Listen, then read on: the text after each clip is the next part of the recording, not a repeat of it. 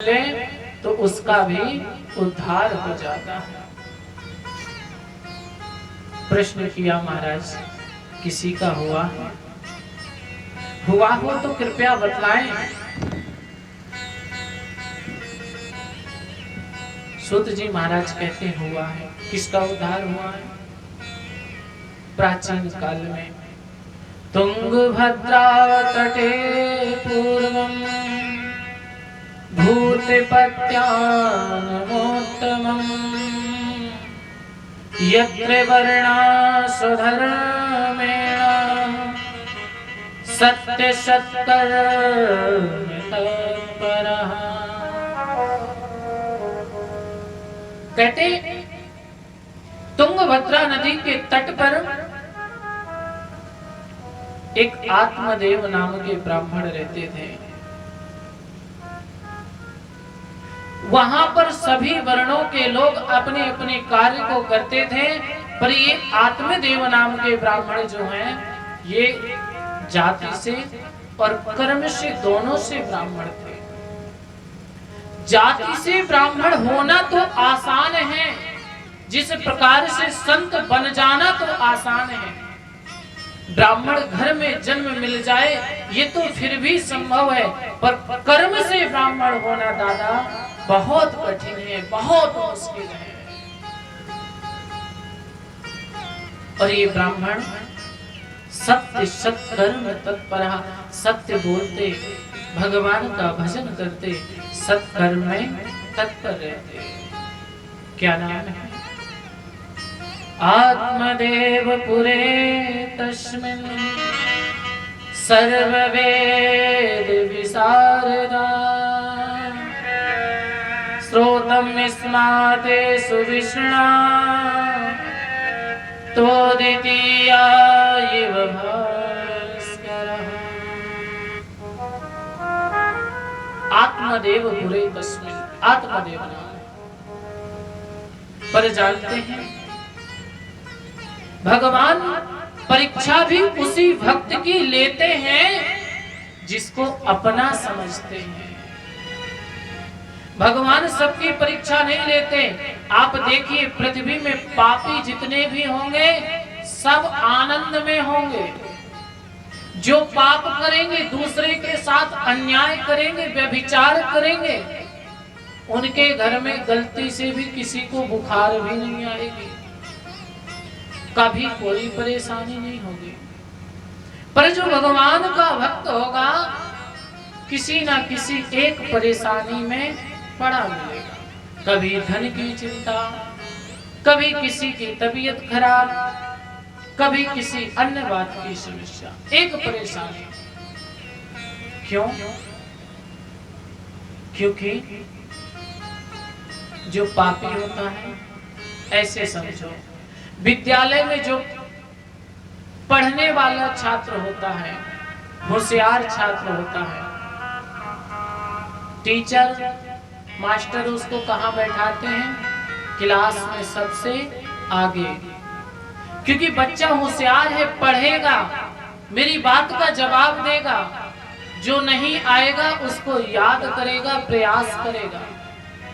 और जो बालक मंदबुद्धि का होगा, पढ़ने में मूर्ख होगा, टीचर उसको कहाँ बैठाते हैं? क्लास में सबसे पीछे। कुछ भी नहीं पूछते, कुछ भी ध्यान नहीं देते। जो पढ़ने वाला बालक होगा हर प्रश्न को उसी से पूछेंगे, यहाँ तक कि नहीं बनेगा समझाएंगे, समझाने पे भी नहीं आएगा पिटाई करेंगे, डांटेंगे, इसीलिए कि वो पढ़ रहा है। जो नहीं पढ़ेगा उससे कुछ भी नहीं बोलेंगे, वो सुखी रहेगा।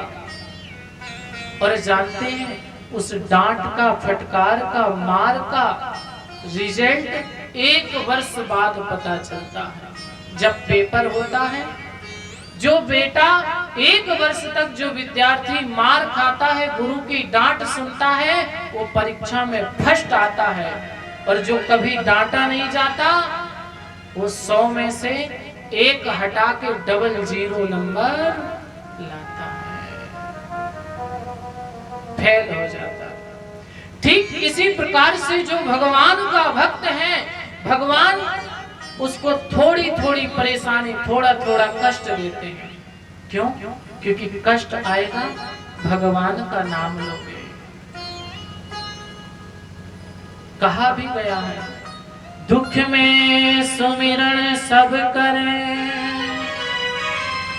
सुख में करे न को। जो सुख में सुमिरन करे तो दुख काहे को। जब हमारे पास सुख आता है तो भगवान को भूल जाते हैं, और जब दुख आता है तो बार बार याद करते हैं। भगवान थोड़ा थोड़ा कष्ट देते हैं ताकि आप भगवान को याद करते रहो।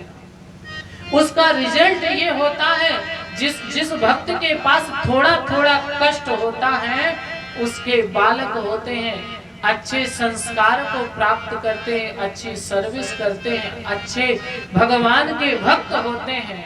और जो पापी होते हैं, उनके घर में ऐसे व्यक्ति का, ऐसे संतान का जन्म होता है, उनका धन, उनकी इज्जत, उनकी मर्यादा सब मिट्टी में मिला दिया करते हैं। यही उसका रिजल्ट है। आत्मा देव के पास सब कुछ है, धन है, तन है, घर है, संपत्ति है, बस एक चीज नहीं है। क्या? पुत्र नहीं है। पुत्र से दुखी है। लोगों ने कहा प्रातः काल उठ करके, अरे बांझ का मुंह देख लिया। दुनिया के लोग टोकते, आत्मा देव ध्यान नहीं देते। एक दिन तो इनकी पत्नी ने ही टोकना प्रारंभ कर दिया। ऐसे पति से विवाह होने से अच्छा तो मैं कंवारी मर जाते। और जानते हैं, दुनिया के लोग कुछ भी कहें बुरा नहीं लगता, मन छोटा नहीं होता। जब कोई अपना कहता है तब चोट गहरी लगती है, बात मन में बैठ जाया करते हैं। आत्मा देव को लगा आज मेरी पत्नी मुझे कह रही है। ऐसे घर में रहना भी बेकार है जिसमें सम्मान ना प्राप्त हो। घर को छोड़ दिया, जंगल निकल गए। जोर की प्यास लगी, सरोवर के पास में गए। अंजुल में जल भर के पीना चाहा, जैसे ही अंजुल में जल लिया, उस जल में कीड़े पड़ गए। पीत्वा जलम निसरणतो प्रजा दुःखेन कासिता। मुहूर्तादपि तत्रैव सन्यासी काश्चित् गतः। आत्मदेव रोने लगे। मन तो हुआ यही प्राण त्याग दो। सन्यासी को देखा, प्रणाम किया। सन्यासी ने कहा, आप शरीर से, वेशभूषा से, तिलक से ब्राह्मण जान पड़ते हो, आप दुखी हो, आप रो क्यों रहे हो? ब्राह्मण देवता बोले, महाराज मेरी कोई संतान नहीं है। आप संत हो, आप मिल गए महाराज, मुझे संतान प्रदान करो। संत बोले, आप संसार मांग रहे हैं? ध्यान लगा करके देखा, बहुत विनती करने पे जब सन्यासी महात्मा ने ध्यान लगाया तो आंख खोले। आंख खोलते ही शांत रह गए। विप्र, आप घर जाओ। क्यों? अरे मेरे भाग्य में क्या है? महात्मा जी बतलाएंगे तो महाराज जी, अगर आप नहीं बतलाएंगे तो आपके माथे पे सिर पटक करके प्राण त्याग दूंगा। सन्यासी कहते हैं, ब्राह्मण देवता आपको पुत्र चाहिए, पुत्री चाहिए। शृणु विप्र मया ते ज्ञान प्रारब्ध विलोकितम् सप्त जन्म बधीतव पुत्रो नैव च।